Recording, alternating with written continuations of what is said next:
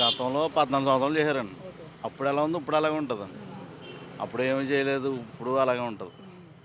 ఎందుకంటే ఆయన హామీలు ఇస్తారు తప్ప అమలు చేసేది ఏమి ఉండదు. అది అందరికీ తెలుసు. మళ్ళీ ఓట్లు ఎలాగేశారన్నది మాకు కూడా అర్థం అవట్లేదు. అంటే ఏ రకంగా అంటారన్న?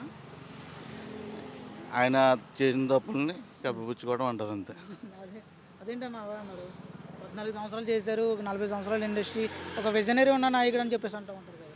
లేదండి, వాళ్ళ మీద అభిమానం ఉన్న వాళ్ళు అలా చెప్పుకుంటారు అంతే తప్ప ఆయన చేసేది ఏముంటుందండి.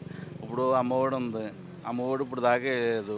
అదే జగన్మోహన్ రెడ్డి వచ్చిన వెంటనే వేసాడు కదా. డబ్బు ఉన్నా లేకపోయినా వేసాడు.